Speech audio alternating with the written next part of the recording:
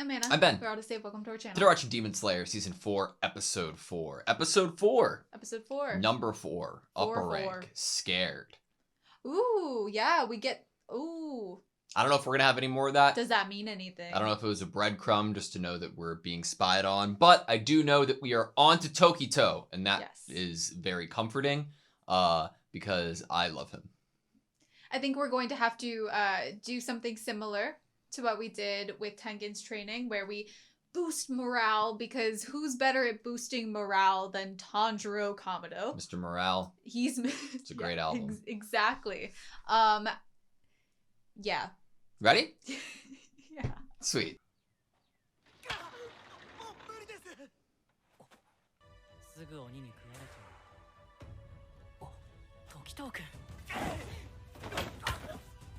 God.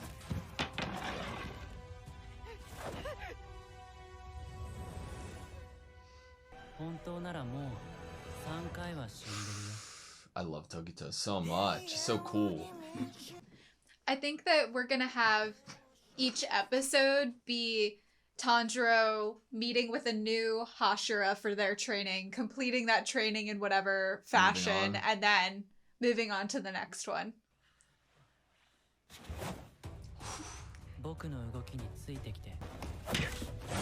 We definitely don't see many girls within the Demon Slayer Corps.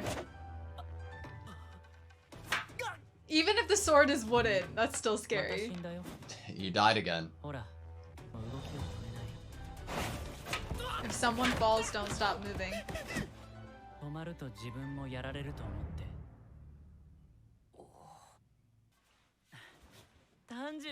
Oh!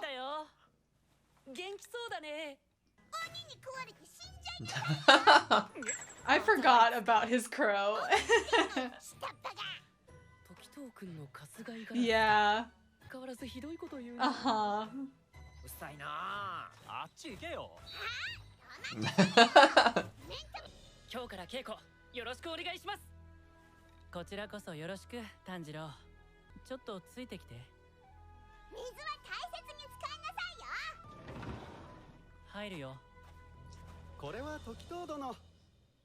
What are you doing here?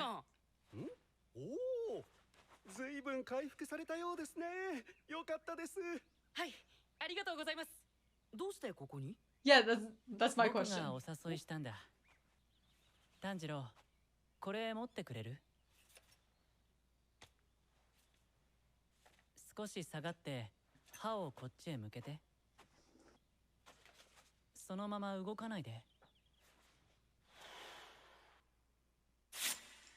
Whoa. So sharp. That's crazy. That's so fucking cool. Oh. I like the texture in the reflection. Wow.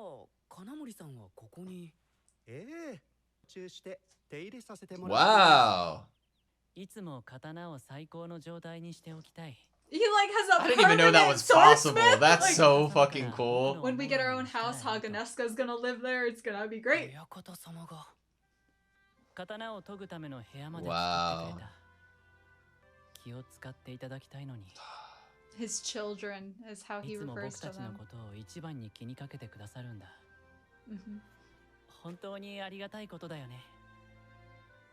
This is a totally different Tokito than the first time we met him last season. So good.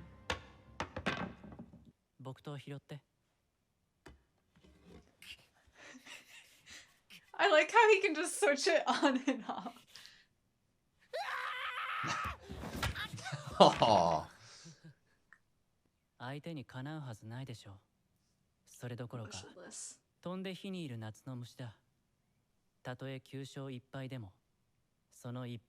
Wow.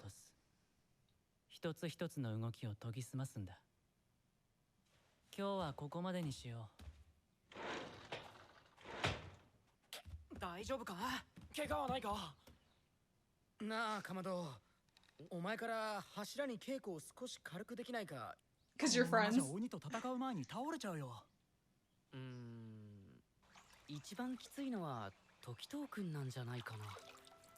He wants you to survive.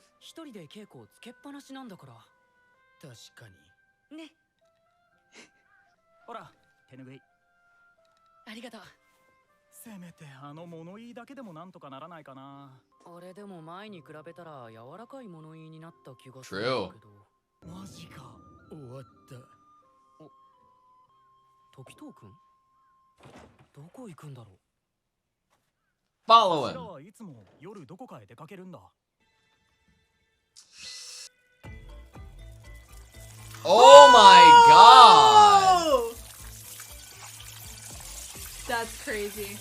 We saw one. That's a lot more than one. Threads of hair from the Biwa lady.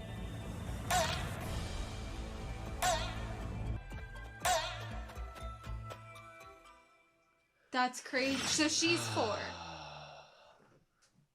Maybe? I don't know though. Are we sparring? Wait, Whoa! Woo! The Hashira's trainings at night. As Tanjiro said, he's been training us all by himself. 毎日こんな遠いところまで来ているが、稽古は大丈夫なのか？たちは稽古になってるかもしれないけど、僕にはこっちこそが本当の柱稽古だ。ずるいですよ、自分たちだけ。では、時藤に敬意を表し、品津川、二人で相手してやるとしよずるいな。 But he sounds happy. And he's using a wooden sword. All of them are, They yeah. all are, but fuck. Oh! He's so invisible.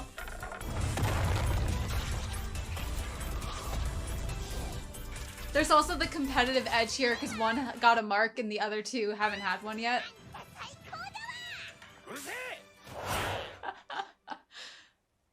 今日の稽古も聞いたな。少しでも気を許したら本気で夜はお前らと実践形式の稽古。う。どんな感じなんだ。今日、炭治郎が来ました。あいつか。しぶとく生き残ってやがるな。もう癒えてきたようだし、イグロさんのところに行くまでにはしているんじゃないかな。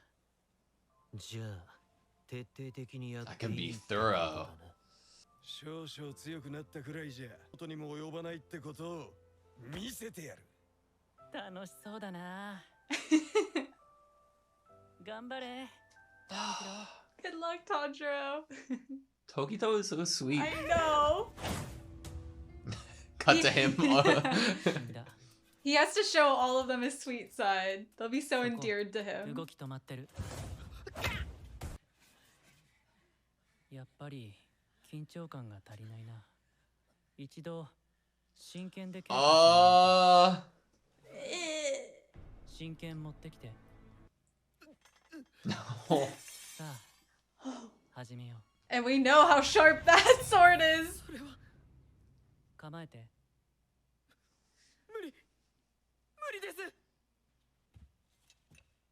He didn't even use real swords against the other Hashira.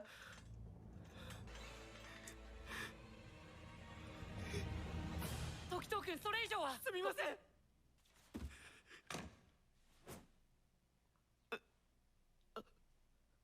闇雲にかかってこなかったことは成長かもね。戦いの厳しさが理解できてるはずもないって。柱が毎晩どこかへ行かれて、衣服の下をあざだらけにされているのも知っています。水で冷やしているのを見ました。俺たちもっと精進します。だから君たちなりにはよくやってるよ。勝てるわけじゃない。僕は君たちに鬼に殺されてほしくはない。できれば長生きしてほしい。本当にそう思っている。時藤君。 Tanjiro didn't even have to do anything really there. そうそう、炭治郎、さっきより速くなってるよ。の主観と緊張の切り替えを滑らかにするんだ。Oh. God, look at how much fun Tokito's having. Not even dropping a sweat. 体力も長く持つから。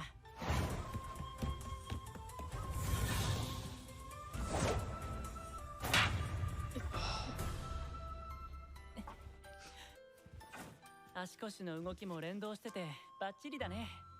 木の柱のところに行っていいよ。 No, I want to stay here longer. もういいの？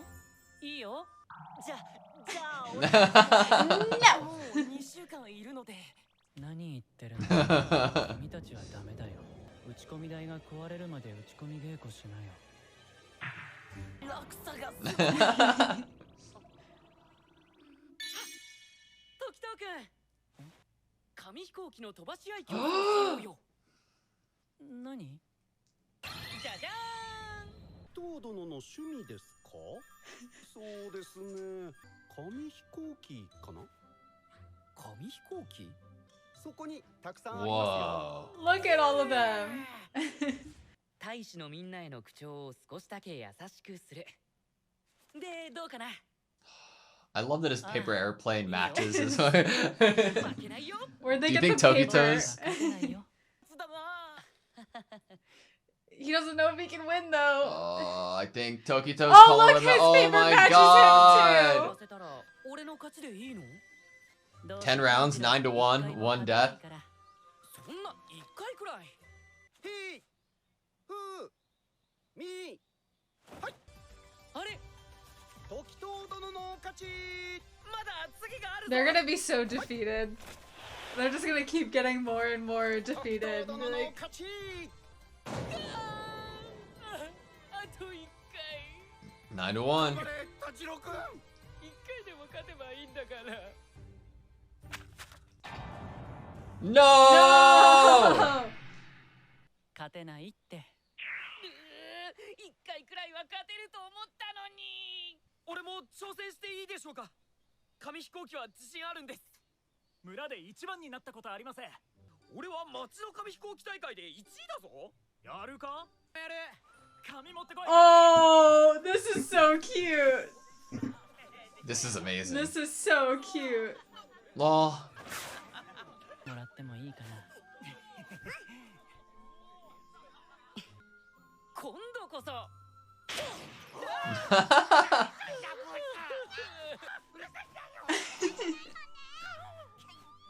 みんな用意はいい？せーの。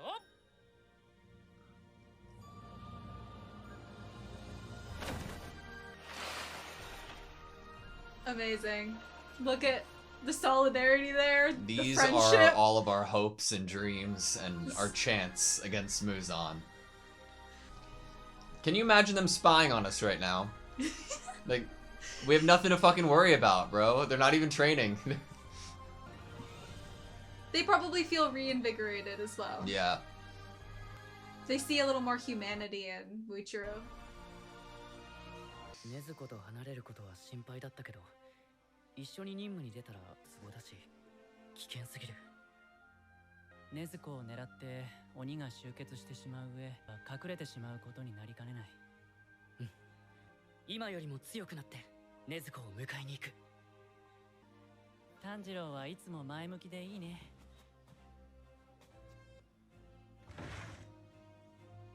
今禰豆子には俺がとても信頼する人が。 Oh! Stop! Oro Kodaki literally has staked his life on Nezuko already. 鬼物児を倒そう。 You were right. おいでませ我が家へ。お元気そうでよかった。炭治郎くんもね。してらっしゃるんですか？いい香りがします。 I love this take on the song. そうなのよ。バターもたっぷり塗ってね。3時には紅茶も入れてパンケーキ作るからお楽しみに。紅茶はかろうじて。スイーツパンケーキ。では大正こそこそ噂話。鬼殺隊に入る前から雷が落ちようが眠れるくらい神経がずぶとかったんだって。無神経なやつみたいじゃない。食欲がなくなることもなかったみたい。兄に似た性格だったのは兄が自分を守ってくれたようで嬉しかったな。 Aww. 時藤君、鬼を食ってまで。 I wonder who that's about. Okay, that was Demon Slayer Season 4, Episode 4. I feel like just a wholesome energy. Last night, I had a dream about this Demon Slayer episode. Yeah. And I remember no details other than coming out of it being like, oh man, that was so like it's nice to have time, like with like the peacetime. Mm-hmm. Kind of came to fruition in the form of paper airplanes.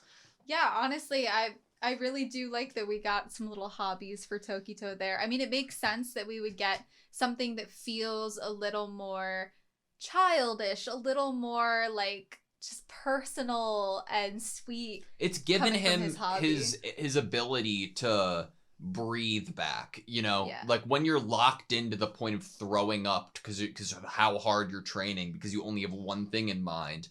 Inevitably, that's not even going to be the best way to achieve the thing you need to be done. I'm really happy for Tokito. Like from what we saw last season, yeah, he both learned or practiced, actually began to practice. It's not like he learned to care about himself and other people. It's not like it was a concept that was probably foreign to him. It was more so not practical. Yeah. But it's like he was able through, I just see it so clearly in my mind where he's in that bubble and he's hearing someone talk to him and he's picturing Tanjiro and he's like, no, it wasn't Tanjiro who said those words to me. You know, the fact that Tanjiro was able to help awake not only like memories, but just help remind him of like the beauty of taking a breath and also like caring about yourself and self-preservation. I was trying to expect like, okay, what's Tokito's response gonna be upon seeing Tanjiro? It was better than anything I could have imagined. Cute. It was so genuine and pure. Bro has Mr. Kanamori on retainer, just chilling with him, living like with him, basically. I think that's really cute. I think it's cute because obviously we know that Tokito was very much like not close to anyone except he viewed the master really fondly. The master views all the Hashira and the Demon Slayers as children, but I feel like Tokito has like a specific special spot because he really almost probably is a father figure to Tokito. Because of the loss of like memory and taking him in when his whole family was killed. And I think that Mr. Kanamori coming and living here is just so sweet and special that it feels like Tokito is like getting something that he deserves or needed, and that is like family and or people that care about his well-being. Because I feel like once you start putting that positive energy into the world toward yourself and to others, once people see you, especially if they care about you, caring about yourself, they're gonna flock to you even more, and they're gonna be so delighted and happy about this. And I also think that on that line of thinking that his crow was specifically given to him for her personality. I think that he was given this sassy older sister protective crow on purpose so that he to give him love, care, protective energy, to maybe try to tell him to slow down if he's working too hard. Yeah. I like beat up the bullies. I really liked Tokito's like approach to teaching all the Demon Slayers. I thought that it was maybe that's because we know him. That from the start, I was like, oh, he just doesn't want you to die. Yeah. Like, but I'm like, we know him. And, so... well, Tanjiro brings it up, right? It's like, well, he's a lot, like, less than before. But I, like, one of the, after the terrifying moment of including real swords, he does tell this student, like, you didn't attack me blindly, which could be a sign of your growth. And on one end, it's kind of funny, like, okay, well, that's not why he didn't attack you. Why. But it is what happened earlier that episode. Like attacking with emotion. Like, that's not going to do you any good.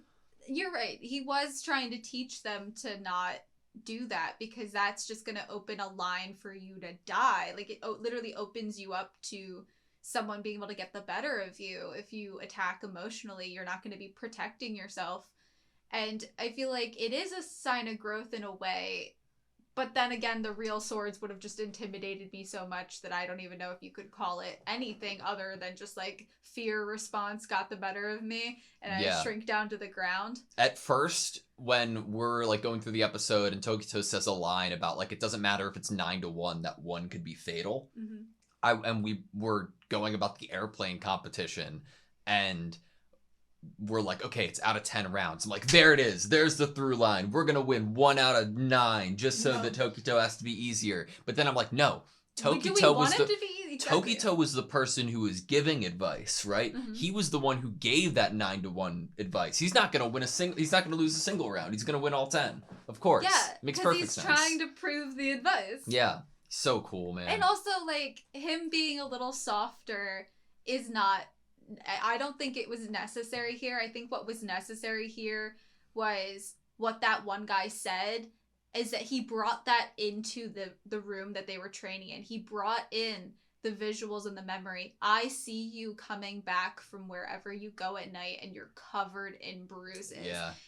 Them being able to put out into the open, like, you are a human, you are training super hard. Not only that, but you're missing out on sleep because you have to train us during the day because you want us to live. Yeah. And then you have to go train at night so that you have a chance to defeat an upper rank or Muzan. Yeah. Like, the humanity aspect there and the care there, that's all that was really needed, is to, like, put the reminder back in the room that, like, this is happening because everyone wants the best outcome. Yeah. What do you think about the sheer amount of surveillance number 4 has within the campgrounds? Because it is much bigger or more drastic than I thought it would be, especially for nobody having sensed it yet. We got one, I think, eyeball last episode. Right. So, like, in terms of, like, sensing it, Yeah.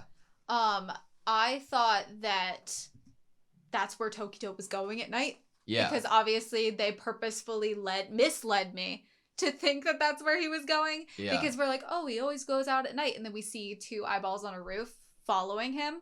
And so I immediately was like, oh, that's what we're doing. Obviously it wasn't. We were having some fun, Hashira training. fun Hashira training at night. But I think that this, like, that amount of eyeballs is absolutely insane. I think that it is the Biwa lady. I'm trying to understand it, though, because it's like... We've never seen her eyes.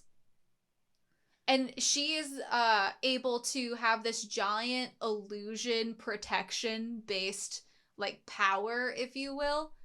But I think that felt her like being her power is reconnaissance more too. like the transportation and movement of different, like, buildings, figures, the fucking whatever's in the portal that we got at the episode 1 of last season. That entire, like, the movement of it all, right? Akaza's scaling. It felt like she was in charge of the movement, or like opening that portal we got to see with Igoro, and that it didn't necessarily give me like surveillance too, and like because of it almost reminds me of Stranger Things, like her hair being warped with the wall. It's almost like her allowing through different cameras or eyeballs. That's how I first saw it. But I get view it as like, this is like, this place that they're in is basically her, because she has eyes and ears everywhere, and she needs to be able to do the reconnaissance in order to know when to disappear, like have the whole illusion disappear, or to bring it somewhere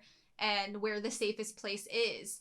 And we also have never seen her eyes. Yeah. So I'm like, under that like bangs of hair is probably vacant holes, and that would be terrifying to me. No, there's a lot of little eyeballs, so there's probably eyeballs. That in would there be if there's quite a lot of eyeballs. Quite a bit terrifying. But that's what I picture in my head, and that's pretty scary. I'm trying to see, like, in episode 1 of season 3, we definitely didn't get, I don't know.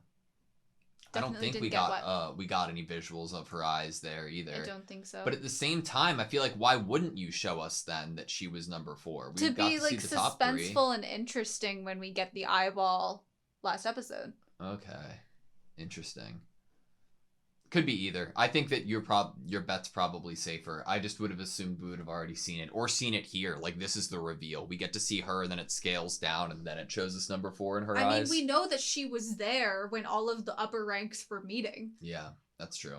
And I don't know if that was just me being stupid in that moment, and because she wasn't a part of any of the conversations, I'm like, oh, is she just some demon that just controls this place and isn't actually, like, significant other than that one role? Which is probably, I think, in hindsight, me being kind of silly, but still, that's still a lot for me to learn with that. What'd you think of the Hashira training? I think that it's super cute that they use the wooden swords against each other. Yeah. I like that even though there are some egos in the room, they don't actually want to hurt each other. Yeah. So that's nice. I feel like a Shina Zagawa type character would normally be like, I'm not going to use this shitty wooden sword. Yeah. You know, like that character trope of the more aggressive, more like hate-filled kind of character trope. Yeah. I would imagine them just being like, attack me like a real man, you know, with a real sword. Not gonna use wooden swords, but I'm happy that they are. I love their relationship with each other. I like that they're like responsive, like, okay, we're gonna go 2-on-1 against you, Tokito, and Tokito's It's just playful. It's almost so like cool. Yeah, it's a little bit playful. But like obviously like it speaks for itself that training Demon Slayer core members isn't gonna be anything for them. That I'm just happy that they're doing it on their own, you know, that they've come up with that idea. If anything, it strengthens their bond. I do think it's also good that like the 2-on-1, I think that part of me first read it as, oh, it's because these two are friends, and then they're like, oh, this other kid just rolled up and wants to play with us. But then it's also like, oh, Tokito has a mark and these two don't. Yeah. To them, it's like, can I go up against this guy with a mark? Can we beat him together? I want Tanjiro to inevitably be here at night. Like, that's what I want. I want him to be training here at night by the end of the season, or at the end of the season or something. Part of me almost feels like we have to go to Shina Zagawa last or something because of the fact that, like, this is the man that wanted to kill Nezuko. And it'll be like, okay, Tanjiro, we'll see if you've passed my training tonight. Meet here. And then they get to duke it out here. Oh, like, you're not allowed to go on past my training until you beat me in a one-on-one. Yeah. I don't remember what Shina Zagawa's training is supposed to be. Dude, I've not been able to stop focusing on it. I would love for this question to be answered if there is an answer. Since I brought it up last episode, but I've been noticing it all the time this season, and then at the end of last season, on the bottom of like the sole or flat of every Demon Slayer's foot, there's like a colored circle. Yeah, you said it last episode, and I was like, what are you talking about? Yeah, and it, a lot of the times it matches their own colorway, but I wonder what the actual like purpose or meaning, if there is any, like for that, you know, if that's like a choice. Part of me thinks it's like a marker of whose shoe it is because they all have like the same shoe. Gotcha. Super interesting. That would be my thought. But you said it last episode, and I think I was just like, but in my head I'm like, wait, what? What's he talking about? There was a circle on the shoe? Like, I didn't notice it.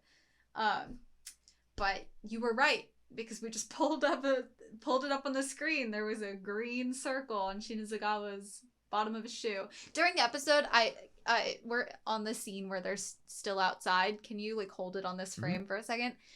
I want to complete a sentence that I stopped saying while watching. Okay. Because it was like one of those times where you're like about to speak, but then you're like, I don't have a quick, articulate way to say what I want to say now during an episode. Yeah. I was going to say that they all have like this tape around like their ankles and lower calves. Yeah. And Shina Zagawa's design, he has like buckles on it. I love And I was trying to say like quickly that. But then I was like, but what's it called? Is that tape wrap, or are they weird socks? Like, I think it's tape. Yeah, definitely. But I but love it he has being buckles around it, which I think is such a cool design element. Favorite part of the episode for me, hands down, other than the paper airplane. That was fantastic. But Urokodaki being the person in charge of Nezuko is massive. So I love it. It's perfect. Don't touch it. Don't let anything bad happen. I love that that's the case. There is a very small part of me that is like, how fucked up and awesome and tear-jerking fucking...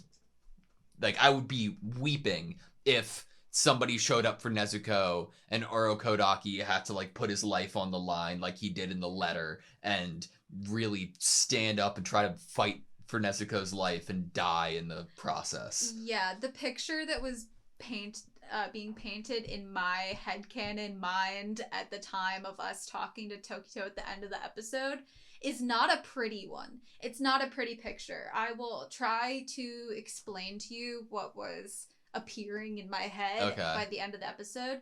Obviously, makes a lot of sense that Tanjiro, who cares for his sister a great freaking deal, knowing that she's the focus for Muzan at the moment, would not necessarily be super comfortable just leaving her, say, at the Butterfly Mansion. I know Ao is like, you know, she's cool and stuff, but it's not like Shinobu is gonna be having a lot of time to watch over Nezuko, or because Shinobu has her own mission. Kanao's going to like the Hashira training. Yeah.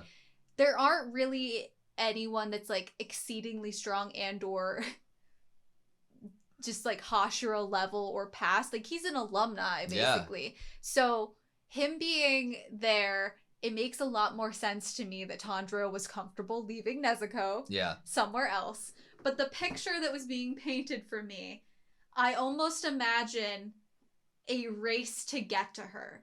Because we have a line from Tanjiro as he's speaking to Tokito at the end of the episode that's like, once I am done with all of the different Hashira training, I will go get her. Yeah. And I just imagine you're running this race and then you're here and Nezuko's still over here and you have to turn around, like you have to lap back. And as you're approaching the finish line, the demons have already put up walls keeping you. And that it's like basically a race of like once the Hashira training is over for Tanjiro, it's go time. We get the message that Muzan might have figured out where Nezuko is, and we're all like trying to get to her at the same time. God, see, okay. Or but get her back. I think because I could see us having to try to get her back too. Yeah, but in the way that you've just described it, it's completely plausible. But in that way, I don't think we see it. I think at that point we get a message. It's like Nezuko was taken. Orokodaki's dead. Like, you know. And what would be cool with that is the fact that we are still just trying to figure out where the demons are going to. Nothing would be cool about that. I don't want Orokodaki in terms of no, not him dying, but in terms of like Nezuko being kidnapped or being taken, we don't know yet where or how to get to where she would be taken to. Yeah. And I think that could be cool narratively to have instead of like, obviously what your mind first goes to when this season starts is, oh, we're going to have like a full-on battle or a ladder type battle where we defeat this upper rank and then we defeat this upper rank and then we defeat Muzan. It's one of those. But I do like the idea of like, we actually have to save her and not just protect her. Yeah. Like get her back. Or get there and defeat Muzan before Muzan uses Nezuko. Yeah, or like, uses her. Yeah. Because at that point, it's not only, okay, Tanjiro, we've hit go, like full throttle just to get your sister back. It's full throttle before Muzan gains the ultimate power up where he can destroy the world. I think basically. The stakes would, even if the stakes don't change necessarily, I think they would feel higher because of the heightened like time sensitivity, like Definitely. the tick tick tick. I just want to at least see Orokodaki if it came to that, like fucking whipping ass and just fucking destroying demons left and right and dying with the I love him so much. I agree that I don't want him to die, obviously. I think that's pretty safe to say. I would what would Gyu and Tanjiro's like immediate reaction be? They just go, I feel like. Ooh, Gyu would be an interesting one there. I don't want anyone to die, even the Demon Slayer, like the not main character Demon Slayers, the ones that are just in the black and don't have any other distinguishing features. The pawns. I don't want to think of them as pawns either. And because I know that when I think about them dying, I immediately go back to Rui and go back to them all being threaded up and their bodies contorting and twisting and having to fight even though they're still alive. And like, oh, that time period of Demon Slayer has been burned into my memory. That whole battle and fight and then what happens with Nezuko, it's burned into my memory forever. Weirdly enough, one of the biggest moments that still stands out to me from that arc was the death of the mother. Like Tanjiro switching up breathing techniques to do like the calm, like that was and she was like, I don't feel a thing. That was so good. All right, that's all I have you. Yeah. Thank you guys so much for watching this video. Please like, comment, and subscribe, and we hope to see you next time.